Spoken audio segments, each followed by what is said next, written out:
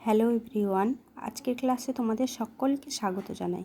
আজকে আমি শব্দযুগলের অর্থ পার্থক্য নিয়ে আলোচনা করব। আর এই ক্লাসটি হচ্ছে পার্ট 2। এর আগে আমি পার্ট 1 দিয়েছি অর্থ পার্থক্যের উপরে, আজকে দ্বিতীয় ক্লাস। দেখো, ছাত্রা ছাত্রা হচ্ছে মেয়ে পাঠিকা, ছাত্রী ছাত্রের পত্নী। ছাত্রা বিদ্যালয়ং গচ্ছতি আর ছাত্রী ছাত্রেণ সহ গচ্ছতি। ত্রিফলা তিনটি ফলের সমাহার।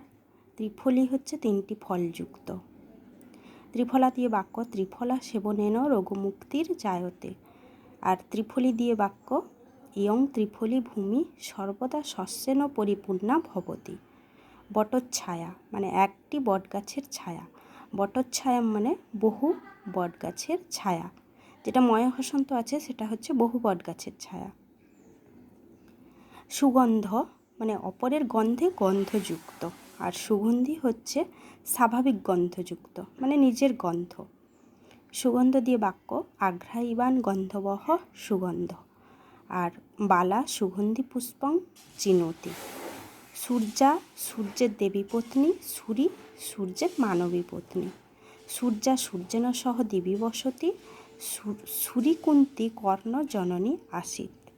এই ভিডিওটি যদি তোমাদের উপকারে লাগে তাহলে আমার চ্যানেলটিকে সাবস্ক্রাইব করো আর লাইক শেয়ার কমেন্ট করে দিও।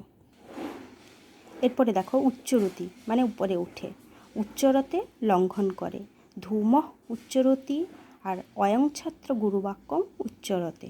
সখীয়তি সখীয়তে সখার মতো দেখে সখীয়তি, আর সখীয়তে হচ্ছে সখীর মতো আচরণ করে। শেষাম নিজেদের, সানাম ধনরাশির। সর্বস্ময়ী সকলের জন্য, সর্বায় শিবকে।